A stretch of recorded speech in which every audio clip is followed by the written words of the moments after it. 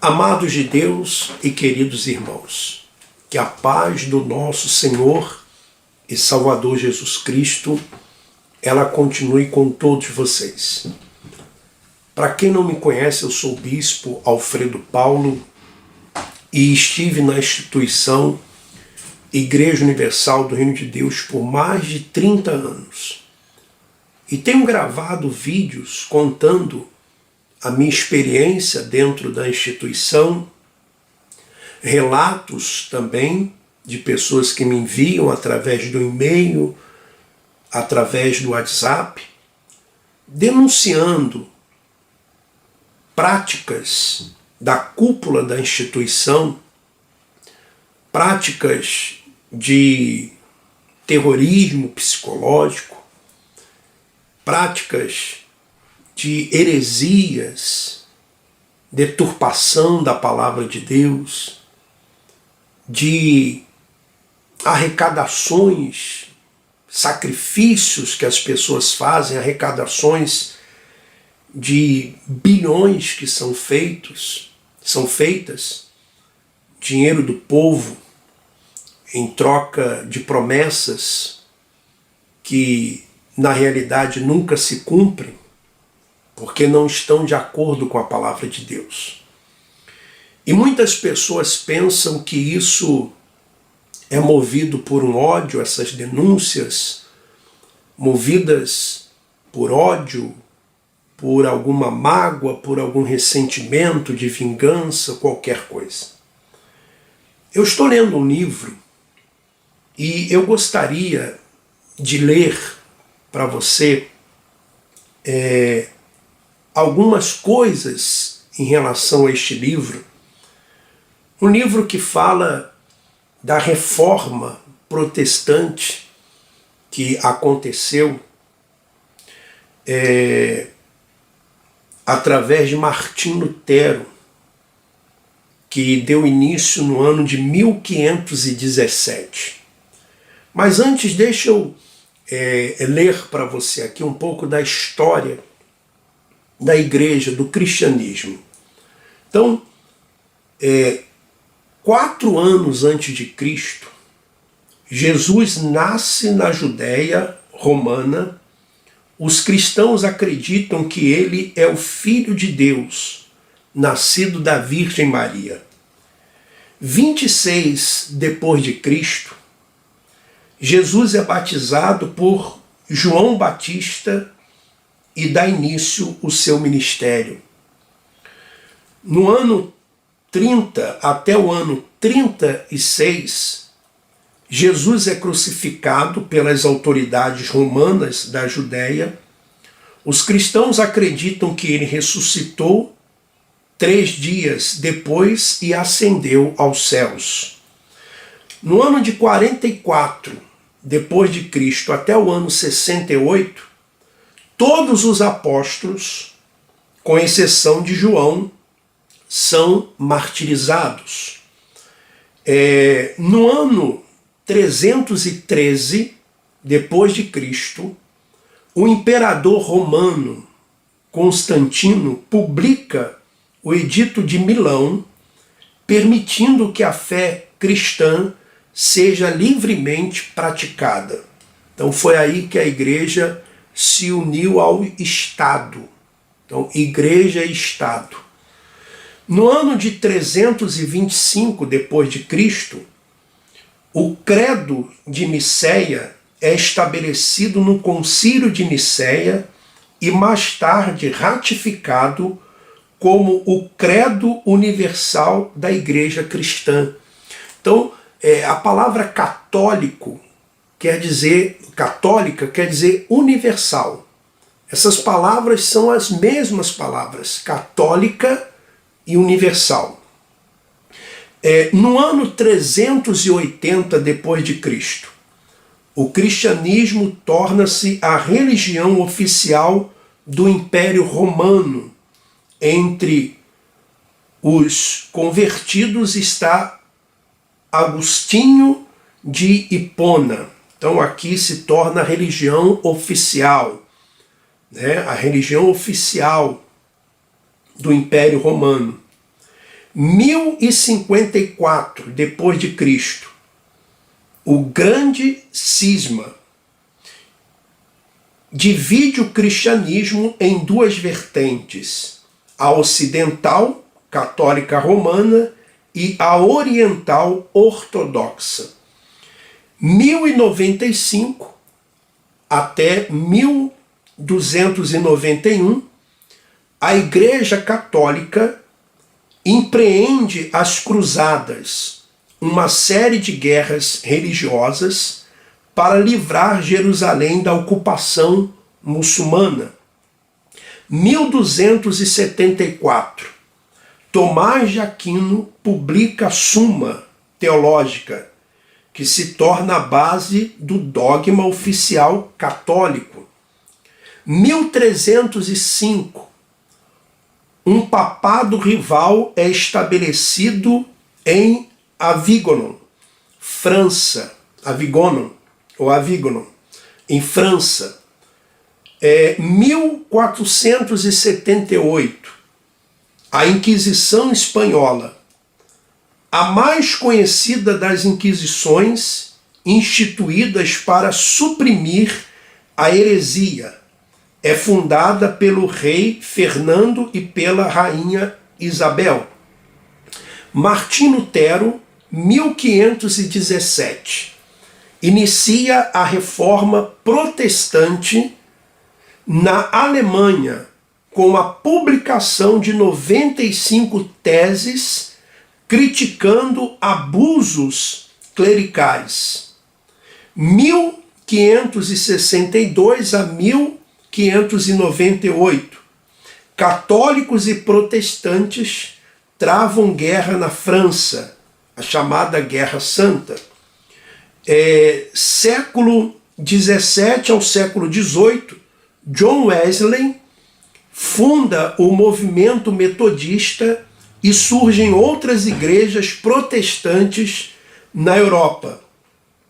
1925, John Scopes é condenado pelo ensino da teoria evolucionária contra a criação bíblica. Muito bem. Então, só para você ter uma base da história do cristianismo. Mas, vamos lá, vamos continuar. Igreja Católica Romana foi uma instituição formidável no final da Idade Média. De seu palácio em Roma, o Papa controlava não só a vida religiosa da Europa, mas também a economia e a política do continente. A Igreja era uma grande proprietária de terras e, pelo sistema feudal, muitos camponeses deviam a casa, a sobrevivência e o cuidado de sua alma à Igreja. Por outro lado, era importante para os nobres e governantes manter boas relações com a Igreja, obedecendo às suas leis, dando dízimo e pagando taxas. Nas primeiras décadas do século XVI, porém, uma revolução espiritual e social diminuiu o poder da Igreja Católica, inaugurando um novo capítulo na história do cristianismo na Europa. Essa revolução, conhecida hoje como Reforma Protestante, baseava-se na ideia de que Deus podia ser reverenciado diretamente, sem a necessidade de uma hierarquia de sacerdotes autorizados para atuar como intermediários. Os reformadores submeteram os ensinamentos e tradições da Igreja à autoridade das Escrituras, afirmando que a salvação só poderia ser alcançada pela fé pessoal, não pela obediência aos decretos eclesiásticos. No século XVI, a Europa já havia começado a se desvencilhar das antigas ideias da vida medieval. Os horizontes do mundo conhecido expandiam-se rapidamente. Exploradores espanhóis, portugueses e franceses empreenderam suas próprias expedições, seguindo o exemplo de Cristóvão Colombo, que descobrira a América em 1492. As áreas de transporte e comércio ganhavam força com os avanços da atividade marinha e descobriu-se um novo caminho para a Índia, contornando o continente africano.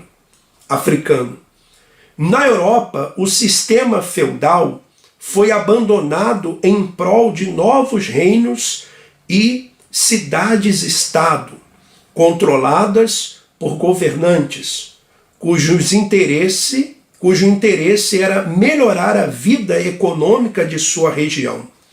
Na vida cultural, artísticas, filósofos e cientistas redescobriram o aprendizado clássico do passado,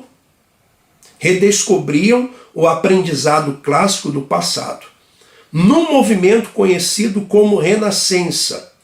Em suma, um novo mundo se apresentava, e a Igreja, com suas tradições e estruturas antiquadas, parecia ter um papel menos importante nesse mundo.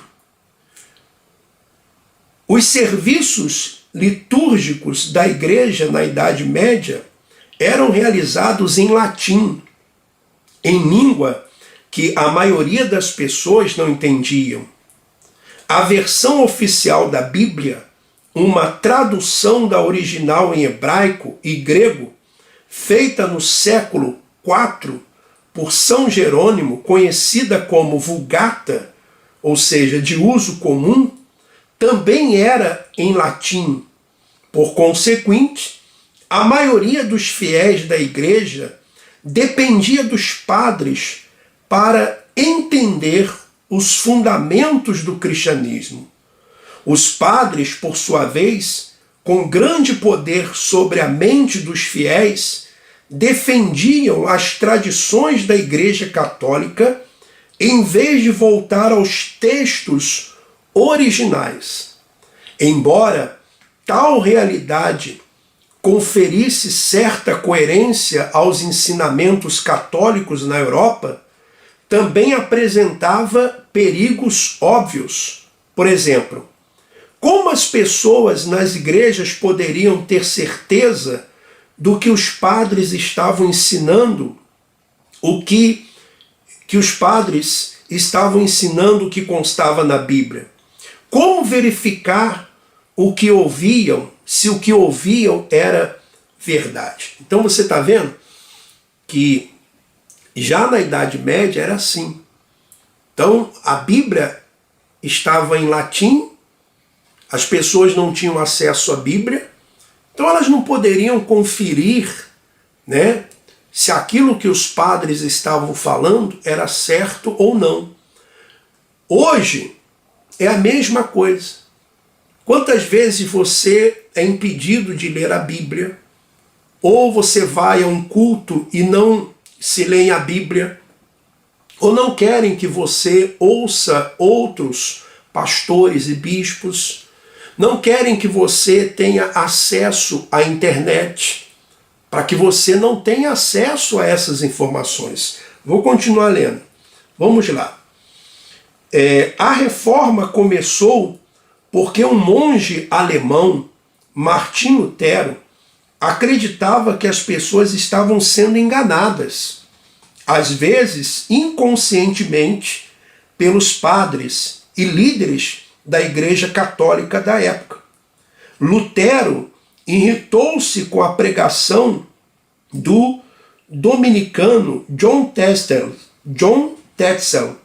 que havia chegado ao povoado de Wittenberg, Saxônia, onde Lutero atuava como pároco e professor universitário. Tetzel vinha a missão de arrecadar fundos para a igreja. Em Roma, o Papa Leão X precisava de dinheiro para construir uma grande igreja, a Basílica de São Pedro. E mais perto de casa, o cardeal alemão Albrecht precisava pagar um empréstimo feito para custear sua posição. Então, olha só, a Igreja Católica queria construir a Basílica de São Pedro.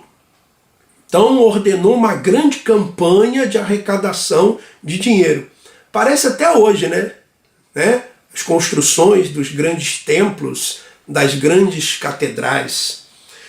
E Tetzel havia sido autorizado a vender certificados chamados de indulgências, que supostamente livrariam as pessoas do sofrimento no purgatório após a morte pelos pecados cometidos.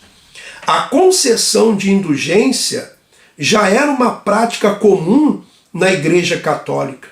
Havia muitos séculos, mas Lutero ficou estarrecido com as estratégias de venda de Tetzel, assustar as pessoas com imagens terríveis de parentes falecidos sofrendo no purgatório. Olha só, a tática é a mesma hoje. Só que hoje, em vez das imagens das pessoas no purgatório sofrendo para que o familiar dê oferta, eles usam outras imagens de pessoas que sofreram um acidente, usam imagens, por exemplo, e sons de pessoas supostamente no inferno gritando, usam demônios, supostamente demônios, mas a tática é a mesma, aterrorizar, amedrontar. Por quê? Se dizia, quando a moeda no cofre cai, uma alma do purgatório sai. Lembrava Tetzel.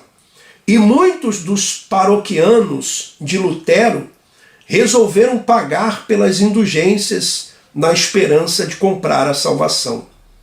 Lutero chegou à conclusão, pelos estudos da Bíblia, e sobretudo do livro de Romanos no Novo Testamento, de que a salvação era um presente de Deus para aqueles que tinham fé, não algo a ser comprado.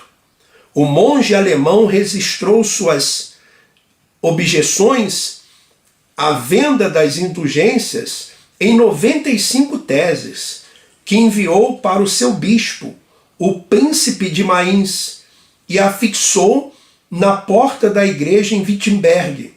Uma cópia das teses acabou sendo publicada, tornando-se um best-seller da noite para o dia.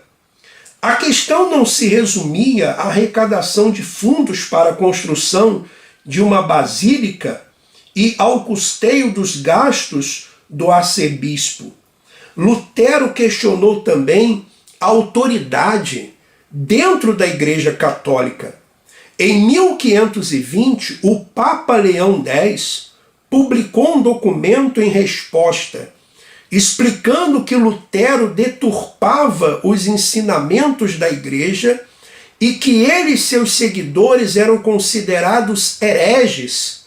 Lutero foi convidado a se retratar, mas recusou-se, queimando sua cópia do documento do Papa.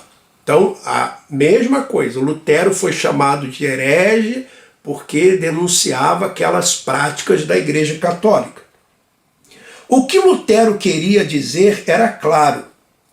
Embora o Papa fosse o líder da Igreja, ele não era a autoridade máxima em termos de fé. A autoridade máxima era a palavra de Deus, conforme registrada na Bíblia, as chamadas Escrituras Sagradas. Segundo Lutero, os cristãos não precisavam das tradições e dos ensinamentos da Igreja para chegar a Deus e à salvação. Ao contrário, podiam ignorar essas tradições humanas, geralmente imprecisas, e descobrir a verdade diretamente na Bíblia, princípio que ficou conhecido como sola Scriptura, somente as Escrituras. Os reformadores acreditavam que as pessoas não precisavam de intermediários para interpretar o significado das Escrituras. Qualquer um podia ler a Bíblia e compreender o caminho da salvação de Deus, que para Lutero não envolvia indulgências, papas e muitas das outras práticas da Igreja Católica. O movimento de Lutero de rejeitar a tradição e voltar às fontes bíblicas originais encontrou terreno fértil no início do século XVI. O movimento humanista, não confundir com humanismo moderno secular, já procurava retomar o aprendizado clássico que havia sido esquecido na Idade das Trevas. Humanistas cristãos como Erasmo de Roterdã, 1466 a 1536, incitavam seus alunos a estudar os idiomas originais da Bíblia, o hebraico, no caso do Antigo Testamento, e grego, no caso do Novo Testamento. E os escritos dos primeiros cristãos, os patriarcas da Igreja. A Reforma conclamava todos a ler a Bíblia por conta própria. Apesar de o envolvimento direto com as Escrituras ser um pilar da Reforma protestante, havia ainda um grande obstáculo a ser vencido. Muitas pessoas eram analfabetas e mesmo que soubessem ler a Bíblia, era em latim e estava disponível apenas para alguns poucos privilegiados, pois cada exemplar tinha que ser escrito à mão. Iniciativas de traduzir a Bíblia para o vernáculo havia sido duramente repreendidas pela Igreja Católica. Em 1382, John Wycliffe chegara a traduzir a Bíblia para o inglês, mas essa versão não estava disponível para todos. Na época de Lutero, porém, a prensa tipográfica, uma invenção de Johannes Gutenberg em Mainz, no ano de 1440, havia revolucionado o processo de publicação. Lutero aproveitou a nova tecnologia e traduziu a Bíblia para o alemão coloquial, publicando o Novo Testamento em 1522, a Bíblia inteira em 1534. Graças à linguagem coloquial de Lutero e ao custo relativo baixo da Bíblia impressa, os cristãos de toda a Alemanha logo puderam ler as Escrituras por conta própria. Em pouco tempo, foram publicadas traduções da Bíblia para o francês e para o inglês, o que ajudou a disseminar as ideias reformistas pelo continente. Além da Bíblia, os prelos da Europa começaram a imprimir centenas de panfletos e livros escritos pelos reformadores, material vorazmente consumido por pessoas ávidas de novas ideias. A princípio, Lutero e seus seguidores queriam apenas criar uma reforma dentro da Igreja Católica. Daí o nome reformadores. Todavia, numa série de reuniões eclesiásticas conhecidas como dietas, semelhantes a sessões de um parlamento, ficou claro que a Igreja Católica não aceitaria as exigências dos reformadores, que incluíam independência do Papa, liturgias realizadas no idioma local, em vez de em latim, o casamento para o clero. A esperança de uma reforma na Igreja Católica deu seu último suspiro na Dieta de Speyer, em 1529. Os seguidores de Lutero escreveram uma carta de protesto opondo-se à autoridade da Igreja. A partir desse momento receberam o nome de protestantes pela rejeição à autoridade eclesiástica em favor da confiança na interpretação pessoal da Bíblia. E o que nós estamos fazendo hoje, meu irmão, minha irmã, se não pedindo a você para ler a Bíblia, para você examinar a Bíblia. Você veja que uma grande dificuldade na época de Lutero era que as pessoas tivessem acesso à Bíblia, porque a Bíblia que existia era em latim e as pessoas não entendiam o latim. Então, ele fez a tradução para o alemão, distribuiu Bíblias. E graças a Deus hoje pela internet, né? Hoje pela internet você tem acesso a tudo que você desejar sobre a palavra de Deus. Por isso existem líderes religiosos que não querem que você tenha acesso à internet. Por isso criam jejuns para que você não assista,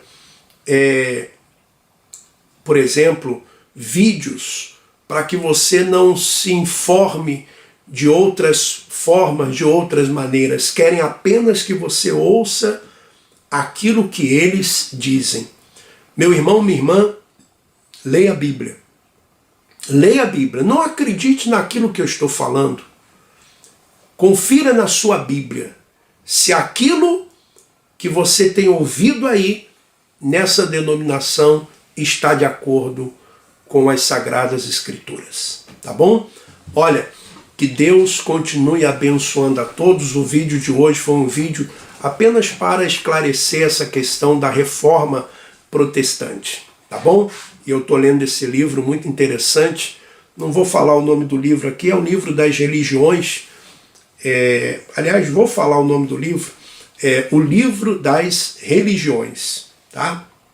Um livro que fala de todas as, ou pelo menos das principais religiões. Que Deus continue abençoando a todos. Um forte abraço. Vamos em frente.